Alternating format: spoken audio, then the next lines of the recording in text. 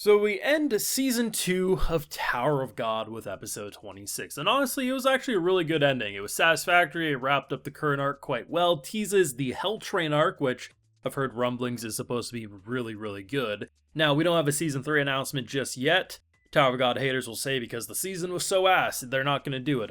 No, whether you like it or not, it will get a season 3. I would be shocked otherwise, given it did actually insanely well viewership-wise. So I imagine what will happen is within 3 months to a year, Crunchyroll will do some weird, Anime Expo event, and that's when it will get announced. But, I mean, given the comments made from staff involved, they want to keep this one going. And it really was the perfect ending for the season. It didn't go the way I thought. I was truly convinced there was going to be a big death. And I guess while there wasn't a big death, we do have Kang, who's basically comatose right now. Apparently lost his devil, so I mean, there is that, but honestly, it just wraps everything up in a way that it really is satisfactory, and I think for being such a hater towards the Rachel train, to end with my boy Khun saying, hey bros, it is true I'm going to go back to my old homies, but we're not going to disband this party. I need you to locate Rachel. We need to make sure she ain't going to continue on.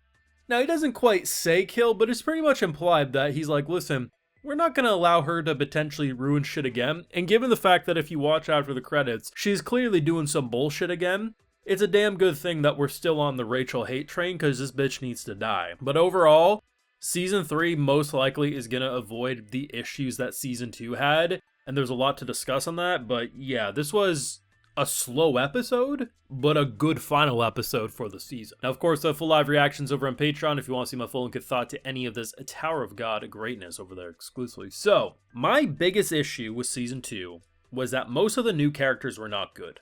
They were boring to me, they didn't have the same charisma, they didn't intrigue me the same way Season 1's cast did. Now, there was some exceptions. Wagner, of course, I liked him. Even if I thought he was underutilized in Season 2 by the end, I think there is still, as a personality, he was always a good, pleasant thing on screen. Based on how they end this season, it looks like we have the core 3 back together, Rak, Khun, and Bam, and Wagner's gonna tag along with them. If that's true, they're gonna avoid my biggest issue with Season 2 when it comes to Season 3. Even if Season 2's first half production was not good, and at multiple points abysmal, and at a majority of the points mediocre, I would have been okay with that. Like, not okay in the way that, like, oh, I'm thankful it looks like that, but I wouldn't have had nearly as many complaints if I actually enjoyed most of the new characters they're forcing me to follow. There's a reason why my tune changed when I started seeing Khun around, or I started seeing Rak, or I started seeing Bam not have to be this edgy persona, because the personalities of these three are so much better than a vast majority of the Season 2's cast. If you disagree, that's fine, but that's how I felt, and I know I'm not alone given the fact that,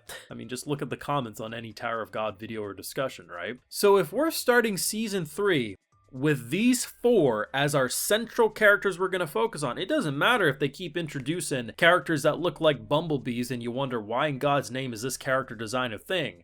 Because if you have characters you enjoy seeing, even if the production is a bumpy ass roller coaster, I'm not going to have nearly as many criticisms.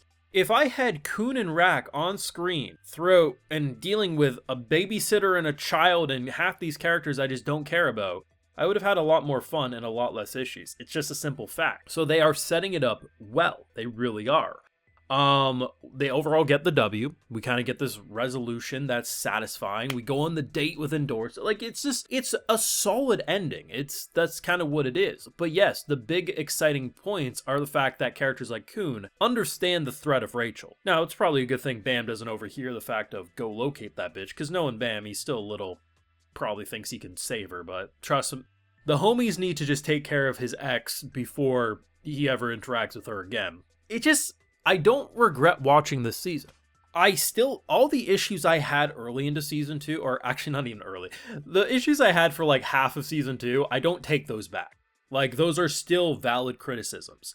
The criticisms I had with the production, the criticisms I had with the characters, and the fact that the story just wasn't as interesting because I wasn't connected to the shit on screen. And I mean, I don't really know much about Hell Train other than people are telling me that it's a good arc, it's a crazy arc, and based on the fact that while it's a limited pool I can kind of pull from, all of the train arcs I've seen in anime, yeah, they generally tend to be pretty great. My personal favorite, probably to no one's surprise, the Mugen train from Demon Slayer. So yeah, like, I hope the production's better in season 3?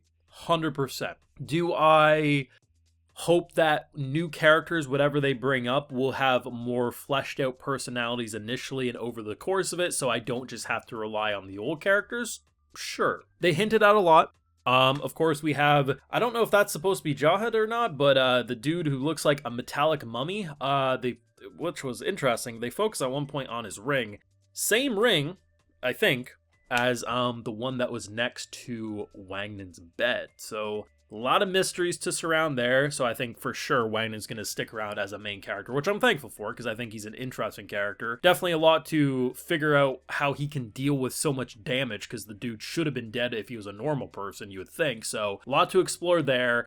I think Bam still wanting to tackle the tower makes sense for the narrative purpose of why he wants to climb it. There's a lot of stuff to explore. It was far from a perfect season, but I also think it was far from an abysmal season. It had moments of pure lows, and it did have lows that were ass. Not gonna deny that. But as a whole package, the big thing is I'd have a different tune if the only reason I like the second half is because of all the new stuff. But the thing that I've been saying is that despite the first half having so many critical failures, the only reason the payoff to the end of this arc made it work was because of the groundwork from before. The groundwork from before wasn't great, but it still was salvageable enough that we were able to land the finish line. It's like a 6 out of 10 season, if you ask me. Does it deserve better? Of course.